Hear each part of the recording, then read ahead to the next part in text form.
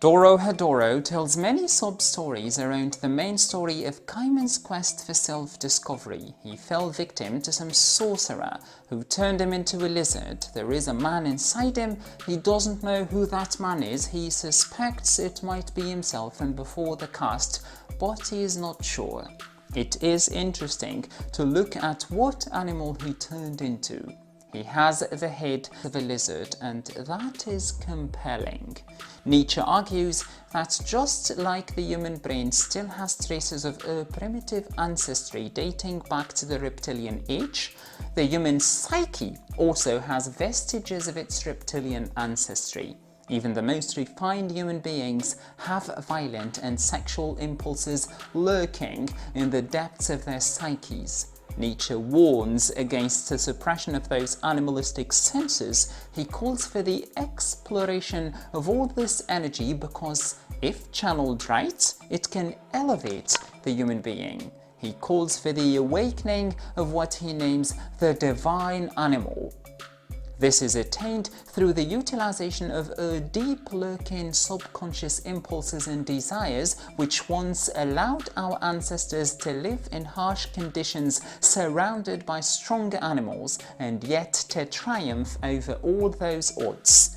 Nietzsche criticizes a modern human who is enslaved to his consciousness and who refuses to tap into the energy that resides deep within him. This leaves him poor and weak.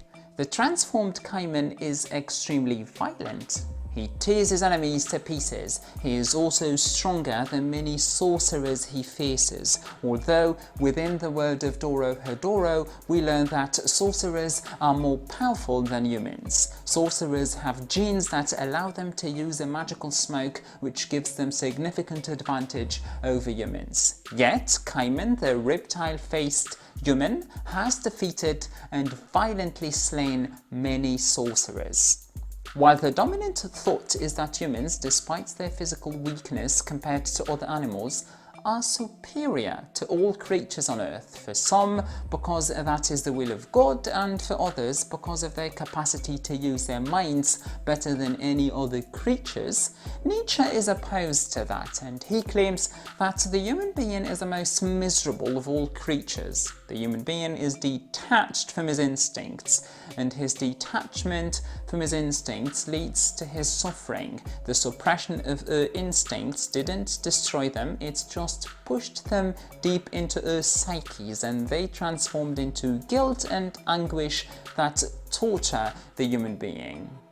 Nietzsche traces the human severance from his instincts to the process of domestication that happened when the human moved to live in structured cities, and he likens cities to menageries where happens the systemization of domestication.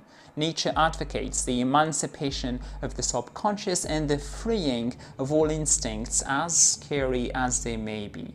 The sorcerers who are presented as superior to humans seem to satisfy all their most animalistic urges. They kill weaker species, humans, at will.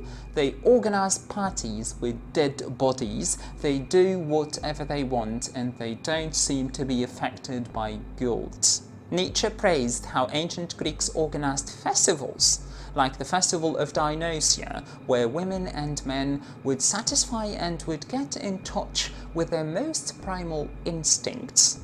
They would even wear costumes of animals.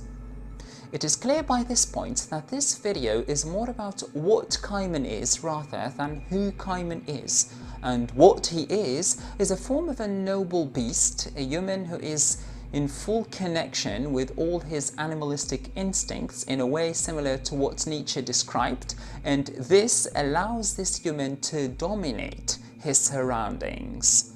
Now this video has reached its end, and until we meet again, have a great day.